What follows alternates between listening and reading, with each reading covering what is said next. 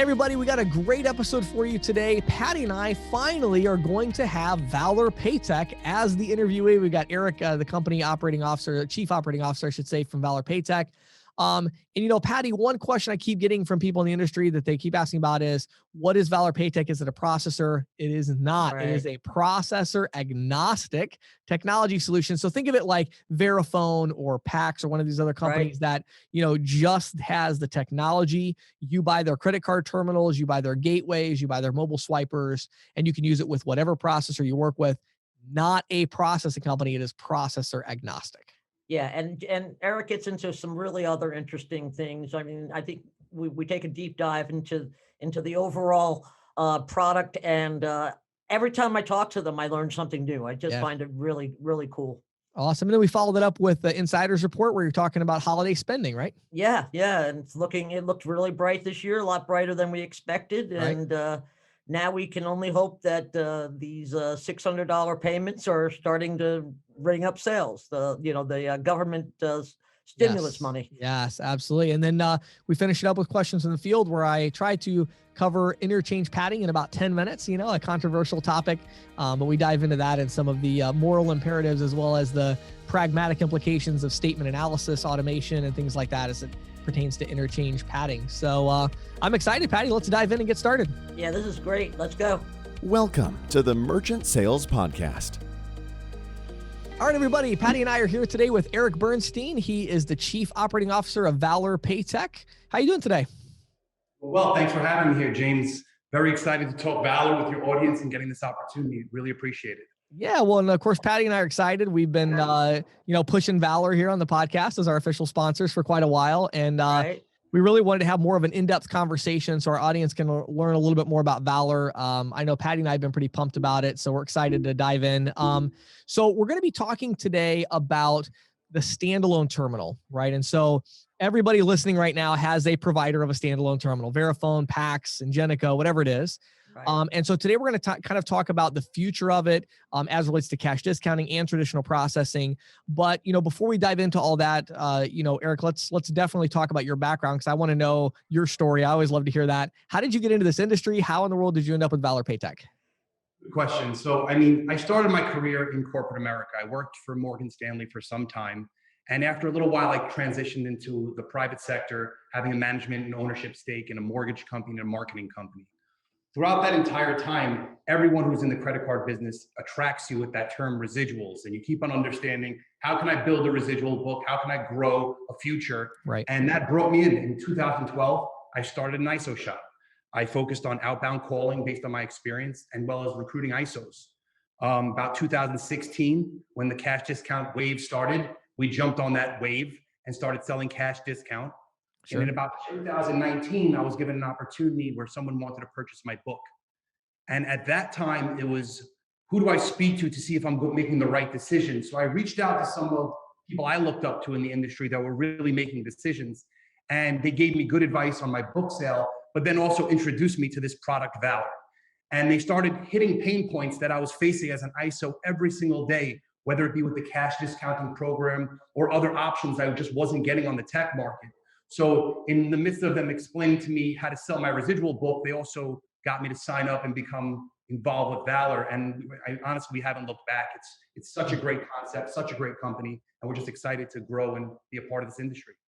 Love it. So that's an excellent segue into Valor too, because you had all those pain points and you knew exactly what the product was doing, which makes you obviously a better salesman, but also a better developer, right? In terms of conceptually.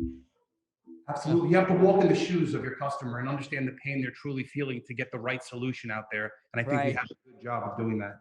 Yeah, I love it. Well, so I kind of want to start by framing this conversation a little bit today, because of course this isn't all about Valor. I really do want to talk about some of these interesting challenges in the future of the standalone terminal, because there's a lot of talk in our industry, a lot of talk on this podcast about kind of the standard, standalone terminal just going away. Like, somehow it's going to magically disappear. Everybody's going to have a touchscreen point of sale system. And anybody that's actually, engaged in selling merchant services knows that's not true. So, there are these two groups of merchants we'll put them into today. We'll just put them into two buckets. We have those who they do want the full feature point of sale system, or they already have one. And I know Valor does a lot on that side as far as integrations and all that. I get it. But today I really do want to focus on these other merchants that, truthfully, even 3, 4, or 5 years from now, they're probably still, that auto repair shop is probably still going to have a regular old credit card machine. And so, which one is it going to be? What's it going to look like? What's it going to be able to do is maybe up for grabs, but they're still going to have that standalone terminal. They don't want all the technology. They don't really even need all the technology for a lot of these smaller businesses. So I guess my first question for you, Eric, is when we look at that segment, the smaller mom and pop shops that have been very resistant and probably will continue to be resistant to all this new amazing technology. And it's like, no, I just want to process a payment. I just want to do this. I want to make it easy. What do you view as their pain points, and what is, as you kind of think through that, how do you look at that market segment right now? So, I mean, the first thing I'd say, I think the question frames one of the problems, is that in this market right now, a merchant has to choose, am I a standard terminal merchant or am I a POS merchant? Yeah. Do I have no features with a standalone terminal, or do I get a robust suite of features with a POS system? So we're constantly making decisions being made when there's standard terminal merchants that could really benefit from some services. So definitely Valor has taken that into consideration, and we're helping to provide these types of services to that standard merchant. So, things like Engage My Customer, reaching out to customers and interacting with your customer base is something we feel any merchant would benefit off of. And you don't necessarily need to invest in a POS system or invest in that type of money to have that benefit. So we see that as one of the issues in the industry right now. In addition, to be competitive, businesses have to adapt. The market right now is driving people towards that integrated shopping experience. So more and more brick and mortar merchants, you're seeing them open up online shopping carts, working with mobile payment systems. And it's kind of a nightmare to manage, honestly, in this current environment. You're dealing with multiple vendors, multiple portal logins, multiple customer service lines. And so you're bringing a simple solution and making it very confusing and difficult. That's really where our Omnichannel solution plays its role, by bringing all that under one roof and solving that confusing problem for a lot of merchants on the market. And in addition, ISOs have to adapt to the programs being sold in the market. So, as the cash discount program boomed, tech needs to adapt with it and provide those robust solutions to feed the merchants and ISOs' needs. I feel, and it's aggressive to say, but I think tech honestly dropped the ball when it came to the cash discount program. They need to understand the needs. It seems like they created workarounds. They were standing on the sidelines watching this program. Is it going to take? And then now it's not going anywhere. I mean, it's one of the most popular programs. And we need a solution that takes into account all the pain points that merchants are facing in the cash discounting program, and give them an option to really utilize a full solution. And Valor definitely came through on that one. And we're seeing such great feedback on the cash discounting program and the terminals that we're creating, all those solutions we're providing. In general, merchants want to control their businesses remotely. They want to have access to their transactions. They want to do refunds, batches, voids from wherever they are. And there's a difficult one to understand. Merchants want their terminals to work. They don't want downtime. They don't want their terminals crashing. And our software is built to last. And we feel that, unfortunately, it's remarkable how frequently an ISO is dealing with a terminal problem, seeing things crash, and having to work through that customer service retention situation when it wasn't their fault that anything happened in the first place. So I think, there's a lot of room for improvement on the market. And Valor, once again, walked in the shoes of ISOs and understands what it takes to solve the pain points in our industry today. So I think before we dive into that next question, I know Patty had a follow-up on that about Omnichannel, but I wanted to dive into this a little bit. And so what we're talking about is, with these smaller merchants, I heard a couple of things that you mentioned there that I think are pain points that we need to understand for the small merchant. Okay. So the first one that we talked about is these small merchants are having to make a choice right now, kind of, and I hadn't even thought of it in that frame. It's a very interesting way to put it. Do I want a full feature point of sale system, or do I want a terminal on the counter that does nothing? It just runs a transaction. That's it. And to your point, a lot of these smaller merchants are probably wanting something more in the middle. They're wanting to have the gateway. They're wanting to be able to maybe have a mobile swiper. They're wanting to be able to, go remotely and access it. Maybe they're wanting to, do text marketing or email marketing like you can do with Engage My Customer, reporting. They're wanting more. right? But they don't want the full feature point of sale. They don't want all the complication. They want it to be simple.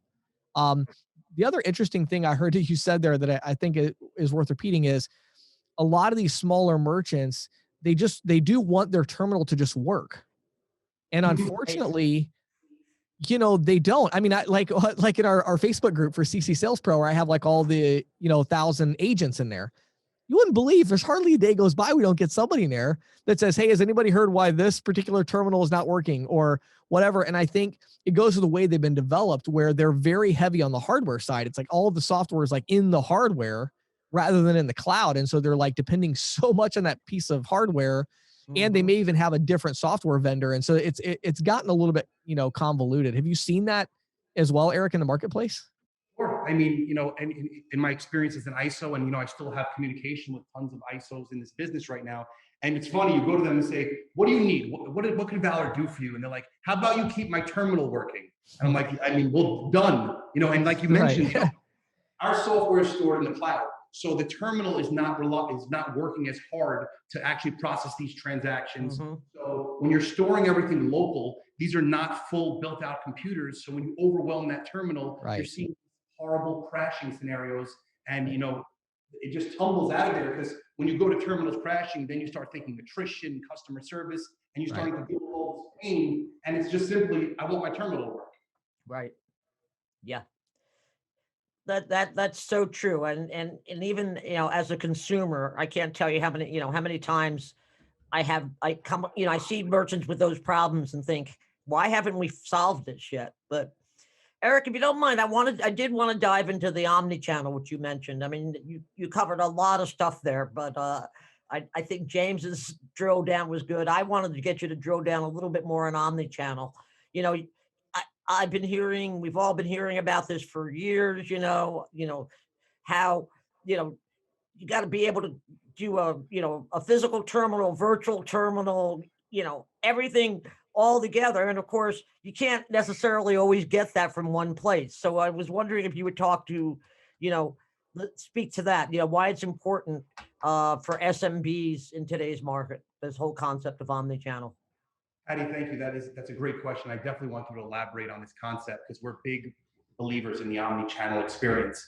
So, I mean, if you look at big business like Netflix or Amazon, they all pride themselves on providing that omni-channel experience. Right. When Netflix started, they were a DVD rental program competing with Blockbuster, but Blockbuster was still in business. When they went digital and went omni-channel, giving the ease of the customer to log in on their tablet or their console or their phone and access these movies, it literally catapulted them into the market.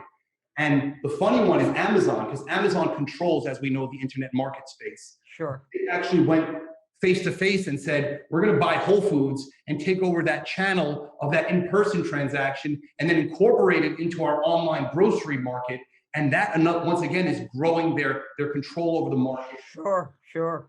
And what happens is these big businesses create these solutions, and the small business owner doesn't feel they have access to it. And in today's market, it's difficult.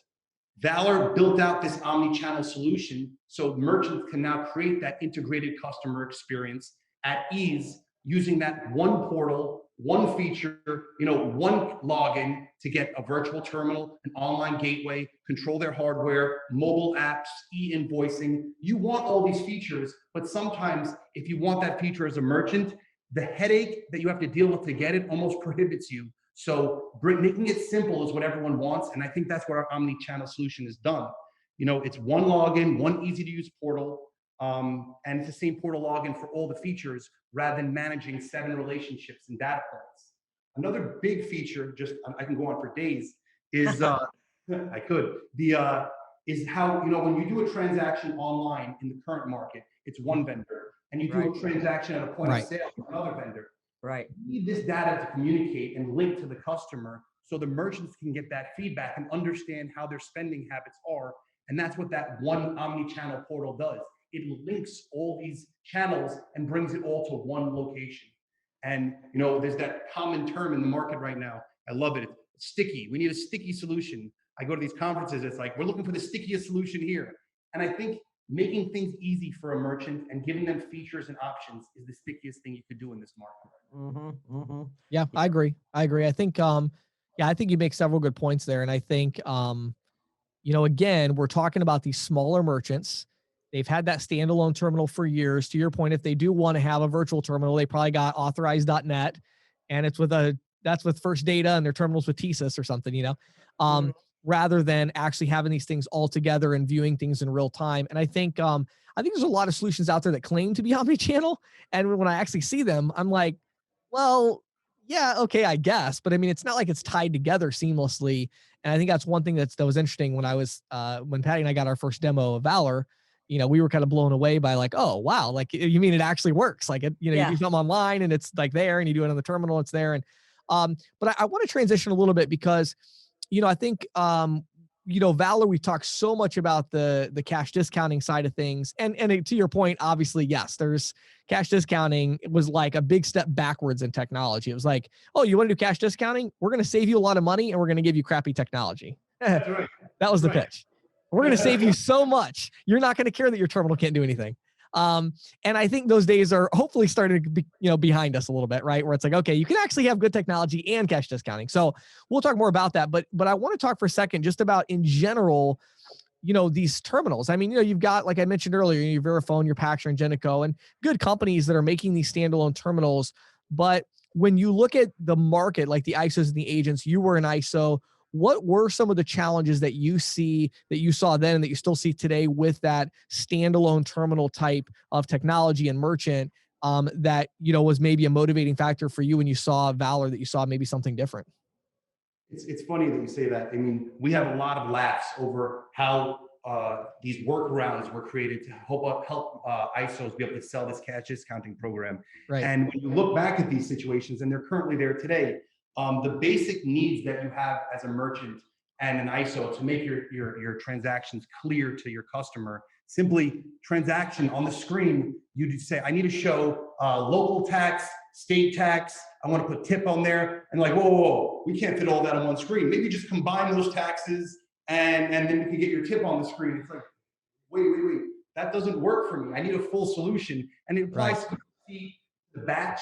I mean, when we're getting batch reports, it's like you need to read a textbook on how to understand the batch.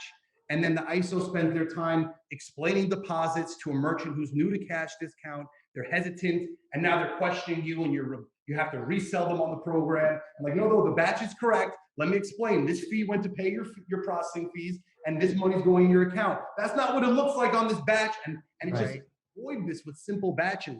Simple ones, restaurants. You sell a restaurant on cash discounting, and then they say, well, I get 15 to 20% of my money in tips.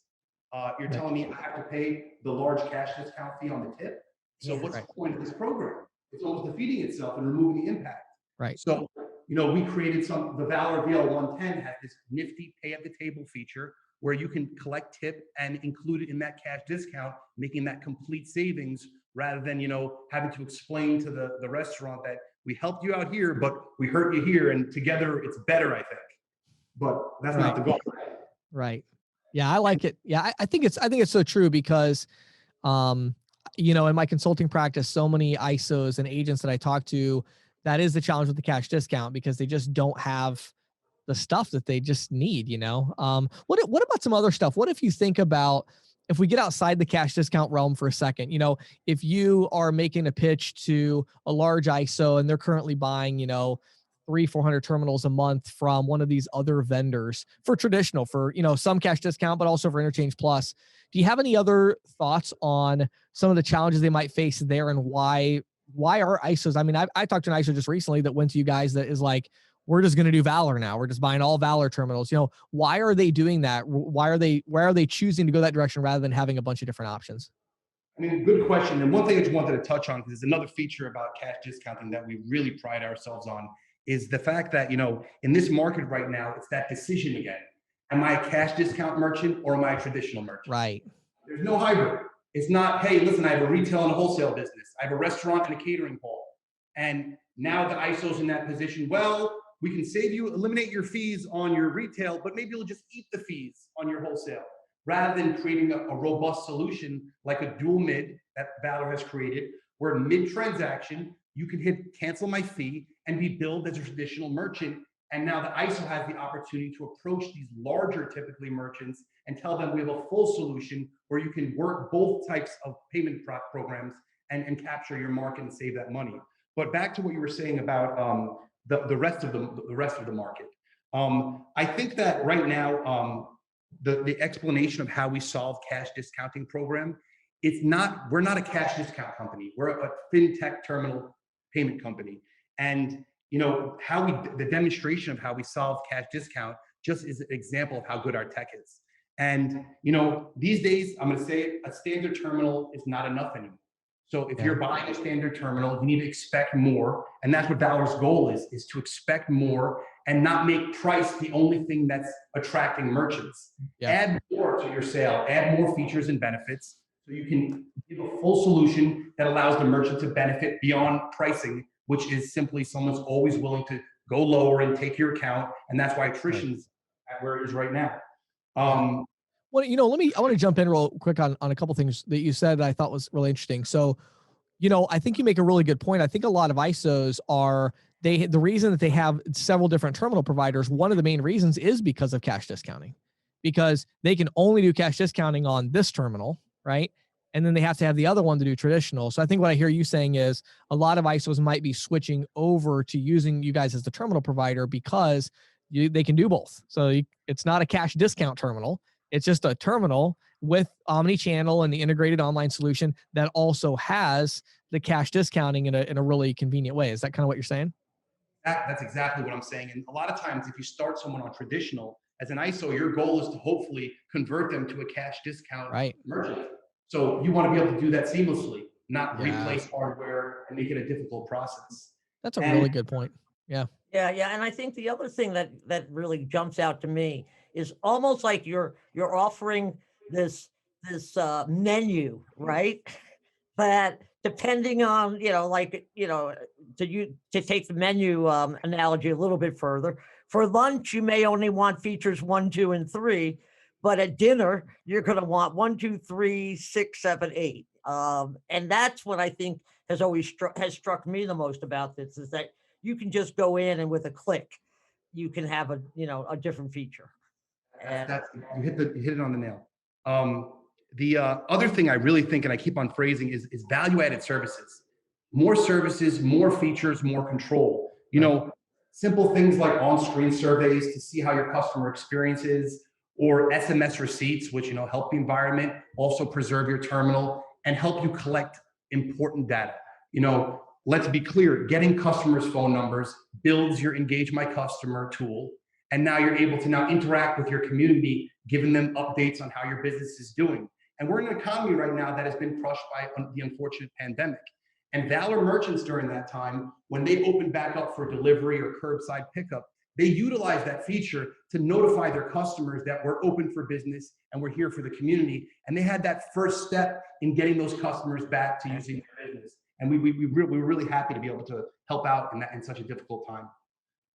Yeah, good stuff. I like it. So I had one other one, Eric, that I wanted to touch on, one other feature that I do think is kind of a revolutionary thing. It's not something that's been discussed very much, at least not in the podcast. I want to talk about tech support a little bit. So tech support has been kind of a nightmare and just a seemingly unnecessary nightmare. Like, why is this so difficult for like a little box that sits on a counter that, right? Talk to us a little bit about how Valor is approaching, tech support and customer issues, merchant issues as they are calling in. What are you doing to change the game a little bit on that versus maybe how some of the competitors would do it? So, Valor took a big step in understanding that pain point. Now, our tech costs are high, where we're having difficulty diagnosing and troubleshooting issues on a terminal. It's a funny story. One of the stories we had was we're trying to troubleshoot this pizza restaurant, and the owner is on the phone.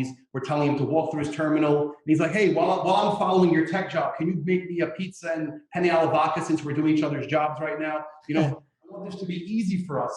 And that's what we did. We created a solution. It's remote diagnostics. So basically, the ISO is now able to log into that terminal and really see where the problem occurs. Maybe it's hardware, maybe it's a connectivity issue, a transactional issue, but you're able to audit these transactions without the merchant involved and be able to quickly diagnose and resolve those problems. Another thing we've done to help tech departments is we've given a lot of feature power to the merchant. So the parameter updates that they usually have to call and bombard the tech department with are given back to the merchant to handle on their own, whether it's changing tax, changing batch out time. By doing these features on their own, you're now drastically dropping the calls to the tech department and allowing that expensive labor to focus on the real issues and not be bombarded with basic needs that a merchant can handle themselves. So, in addition, our equipment is strong and built to last. You know, on the market right now, the terminals are 1-year warranty. That's a standard warranty. Valor stands behind a 2-year warranty because we know our product is strong, our software is strong, so you're not going to face the same issues you would with all the current competition on the market. Yeah, it's so interesting because, like, you know, when I was building my ISO, and even when I was selling, you know, 10 years ago out in the field myself, I was always struck by the fact that the issues the merchants had that had that standalone terminal, the issues were always so obvious to me, you know, so stupid. You know, I don't know if that's the right word, right? But it was annoying. You know, it really was. You know, a merchant calls me, James, my terminal's not working. And I'm like, well, what does it say on the screen? A bunch of gibberish. I don't know. And you're like, okay. So I drive 20 minutes, I walk in and it says, you know, no connection. And you're like, is your internet down? Yeah, my internet's down. Well, your terminal runs over the internet. Yeah. It's like, oh, you know, or something stupid like that. And, you know, it's like so frustrating. And so when I saw that, I thought that was pretty cool that, you know, the ISO can actually just remote in and see exactly what's going on. Even things like decline issues and stuff where they can, you know, actually go in, and when they get that call from the merchant, they're not flying blind, or like you said, like depending on the merchant to get the info. So, man, this is so interesting. And as you said, we could talk about it for days. And I know there's so much, and I want to, for our audience, you know, we're definitely going to be talking more over the next, you know, coming months. We have some episodes planned on just talking about the gateway solution, because what you're doing with online ordering and, you know, all of that is really relevant to the time as well. So we're going to get into all that. But Eric, let's do this before we jump off. I know obviously we have our link, ccsalespro.com/valor, where people can go and they can schedule a free demo, but give us some other places. Where can people go if they want to learn more about you and learn more about Valor? Great question. And once again, thank you for having me here, James. They can go to valorpaytech.com and just simply click learn more, fill out some basic information, and we'll be happy to reach out to you guys, do a demo so you can really get a grasp of the product. You can call us 1-800-615-8755, or you can even email sales@valorpaytech.com. Our goal is to put a demo in the hands of any ISO, let them play with the demo, see how robust our solution is. And anyone currently who's purchased a demo from us has moved forward to being a Valor customer, because we're confident in our tech and we back it up with a strong team that's going to service you throughout your entire time. Awesome. You know, one last thing real quick. I just realized, Patty, that neither one of us has said, I got a question from an ISO the other day that said, hey, I heard you talking about Valor. And they said, you know, now what was the question they asked? You know, are they going to steal my agents or something? And I'm like, oh, like Valor is a processor agnostic technology provider. So Eric, can you back me up here on the podcast and make sure people understand what you guys do? So you're processor agnostic and you're just providing the technology to help these ISOs get more customers, right? That's right, James. We are not in the merchant business right now in terms of getting merchants. That's not our goal. That's not what we do. We're not a processor. What we do is provide solutions to help out ISOs to get merchants. Our customer is the ISO, and we're going to do whatever we can to help them grow their business. And we're going to adapt to the future of this business. And when something changes, we're going to be there with a solution for it. So we are not here for the merchant. We're here for the ISO, and we're a payment technology company. We are not a processor. And we're not here for the merchant. Just want to make that clear. That's awesome, man. That's really important. James and I have talked about this in the past, and you're right. We forgot to mention it this time. So thanks for bringing that up, James. Awesome. Hey, Eric, give us that phone number one more time, if you would, for those that are maybe driving and didn't get it. Sure. 1-800-615-8755. Awesome. Eric, thank you so much for your time today. Really appreciate it. And looking forward to more episodes to come. And now, here is questions from the field with James Shepard. So, Patty, in questions from the field today, I want to address a rather hot topic, maybe a little bit of, argument around this one, and that's interchange padding or interchange markup. I would say it's a little bit controversial, but A go little ahead. bit. I'm really eager to see what you have to say about this. Me too. No, we, in the Facebook group, I get a lot of my content for this kind of stuff because I see, posts about it. I made a post about it recently and just got a ton of comments on that. I saw that actually. That was very, very interesting. Yeah. Obviously a little self-serving since our, ISO amp tool, we automatically recognize interchange padding and all that, but we'll leave that for today. But the idea is, what is interchange padding for our audience that doesn't know? You have this big complicated interchange table that, no merchants understand. Very few agents and ISOs really understand either. And the idea is a lot of these companies now will actually increase and, they'll mark up the amount of interchange. So we have a certain interchange category. It should be 1.5% and 10 cents, and they'll charge 1.8% and 12 cents, so they're going to mark it up. So my personal opinion on it is I don't think it's right. I just really don't. And again, I know a lot of our audience, I don't know if the agents will disagree with me as much as probably the execs that I talk to, but, I guess my thought is, isn't the statement already confusing enough? I mean, is it really that hard for you to implement a price increase by increasing the basis points of markup? Like you got to go to the interchange table. And I think the other really important thing about this, Patty, is this idea didn't become very popular until about 3 years ago. At least I didn't really notice it. Yeah, that's about when I saw it first. Yeah, but I think what's happened is I think technology now has advanced enough that I really believe 12 months from now, it's actually going to be a detriment for you to do this because you're just going to give your competitors ammunition. Yes. I don't know, obviously I'm biased. I think my company is going to win and, ISO AMP is going to be the leader here. That's where we're at now, but we have other competitors. But the bottom line is no matter who wins that particular battle, these statements are going to be uploaded to some kind of technology when somebody does an analysis and the technology is going to notice it. And so you might have gotten it past the statement analysis department, the guy sitting there with the spreadsheet, he didn't notice your interchange was padded by 6 basis points. And it's hard. How do you expect a human being to notice that if you're not even putting the rates in there and stuff? So I get it. But a tool like ours, we're going to notice it every single time without fail because our AI is going to recognize the interchange table. We know exactly what true interchange is, and we're going to identify the padding, and we're going to put it right there on the proposal in nice bold letters, big, here it is, your interchange padding, this company is deceptively charging you extra money because we want to help our ISOs make more sales and close deals. So the fact that technology exists makes that padding superfluous at best and deceiving at worst because now you're giving them extra ammunition. It's one thing for them to say, well, your current company, you can see right here, your current company is charging you 60 basis points. I'm willing to go 40. It's another thing to say, do you see how your current company is saying this is the interchange table? Here's the true interchange rates from our analysis. And you can see that they're actually deceiving you with the amount they're charging. That makes it a lot easier for the competitor to steal the account. So my personal opinion is, from a moralistic viewpoint here, interchange padding is wrong because it's not transparent and it's not honest. Right. As a pragmatist and a capitalist, maybe if that was your, again, if all I was saying was not is it right or wrong, but just is it really profitable? I would say 2 years ago, 3 years ago, yes, you're probably going to make a lot more money if you do interchange padding. Even today, on average, you're probably going to make more.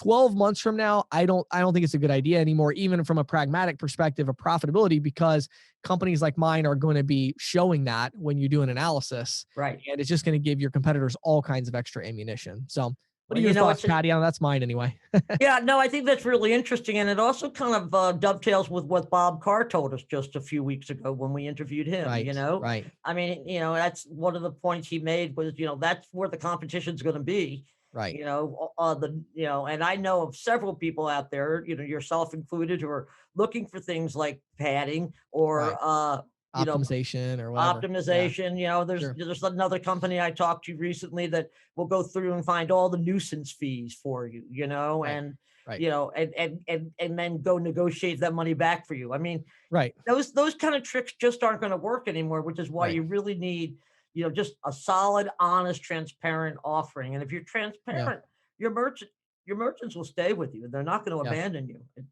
They feel they're being, taken advantage of.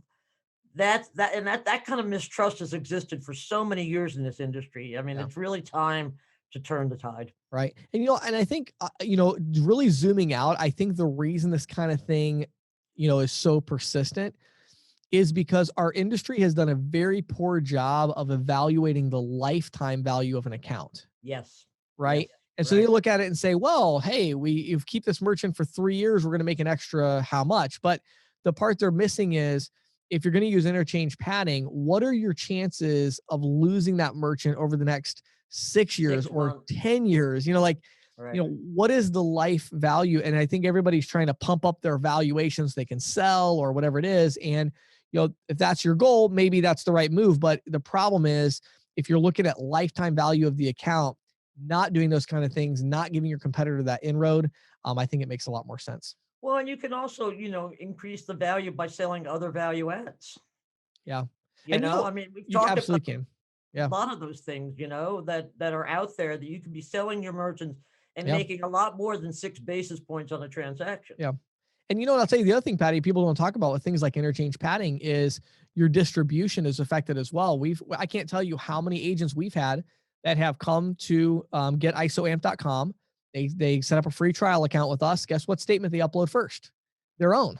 They want to see, I just sold this merchant 3 months ago. They upload the statement. When they see interchange padding and they realize that they've been lying unknowingly to merchants, right? That's really they don't like that. Yeah. And they say, oh, what is this interchange padding? And we're like, there's interchange padding. I don't know. What do you want from us? We didn't know whose it was. It just, we're analyzing the statement. And it's like, well, I had no idea. Now what's the next thing they do is they call their current company and they're upset. And so, now they lose that trust. So I think transparency and honesty are crucial. And I think just telling people, hey, if you're going to do it, definitely you would communicate that to your agents and ISOs and explain your rationale. And again, I know I can be wrong. You may have a perfectly legitimate rationale for it that makes sense to you. If so, communicate that though. You need to let people know what's going on. Don't give them that negative surprise that never works out very well. Yeah, it never does.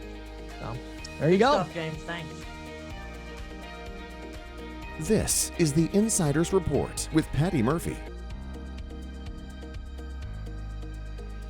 So the final holiday push during the last 2 weeks of 2020 saw about 13% year-over-year dollar sales growth, according to NPD, which is a market research group. Okay. Year-end holiday sales boiled down to, for the whole 13-week year-end holiday, boiled down to 2%. Compared to that same period a year ago, according to NPD. But meanwhile, the National Retail Federation, which bases its data, its reporting on U.S. Census Bureau data, had a much more glowing report. It says retail sales tallies were up about 8.3% year over year. Oh, wow. Okay. And total just shy of $790 billion. Wow, that's strong. Yeah, that's very strong. And it's well in excess of what NRF was predicting, which was something around 3.6%. Oh, wow. Okay. So it's that's good news. It's better than double what they were predicting. And I remember when we talked about it back in November, I guess, we thought, oh, yeah, that's going to be a healthy growth if we can make 3.6. So the fact that we more than doubled that is pretty huge. Good. Yeah, for sure. And kind of to correlate with NPD, NRS data suggests that the final 2 weeks were what made that such a great holiday season. That they saw double-digit growth during the final 2 weeks. Okay. Now, 6 of the top 10 categories over the Christmas week saw 20% or more during the last week before Christmas. Wow. And here were some of the big categories. Video game hardware. Of course, the new Xbox came out. Oh, yeah, right. PCs, of course. That's always the utilitarian thing, right? TVs, particularly LCD models. And I have to put a little aside in here. I had gone to a Walmart the other day. Right. Okay, so this is post-Christmas. Yeah. And I had to return some things. So I'm standing online, and you got to stand 6 feet apart, which means that people who are checking out are kind of coming between you, right? Right. In my 15 minutes there, James, I saw 3 giant LCD TVs rolling out. Well, you know what's hilarious about that, Patty? I literally just set up our new 65-inch TV this morning before I came to work, which I bought at Walmart. And then the funniest thing was my brother was passing through town, so we met up. He had just dropped his daughter off at college, and he's showing me pictures of her room.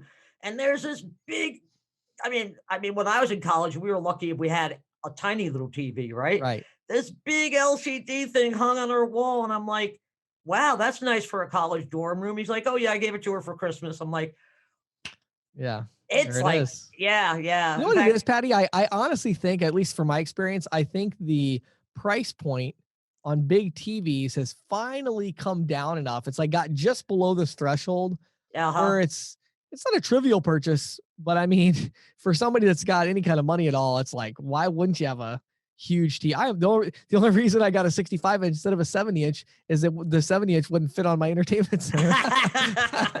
Like, I was just gonna say that the price difference is not, it's just not. It used to be that, man, you're talking about thousands of dollars to get a big TV. Right. Now it's like, anywhere from, they had some of the cheaper models I saw that were on sale for $300-400 for a huge TV.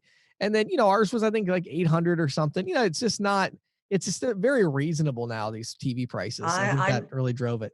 I may have to go out and take a look at that, James, because I still You're missing out, Patty. I'm missing out, and I get a little bit irritated because I can't read the subtitles when I'm reading something, watching a foreign flick or something, Right. I'll check into that. Well, according to NPD, unit sales were up 32%. Unit sales of LCD model TVs were up 32% in December. Wow. So I guess that goes along with everything we were saying, Yeah, absolutely. So here's just a few quotes. This came from NRF.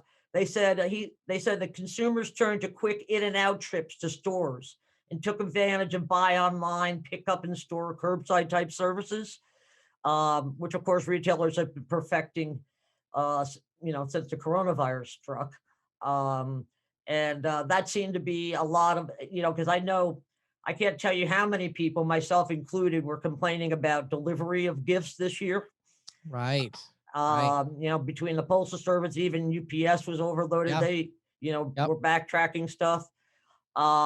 The other side was that while much of the growth in sales is tied to e-commerce, almost 24%, according to NRF, all the research and reporting I've done suggests brick and mortar stores are going to continue to play a vital role. And I know you and I have talked about that, Right. But it's like sporting goods stores. They saw increases of over 15%. Grocery and beverage stores, almost 10%.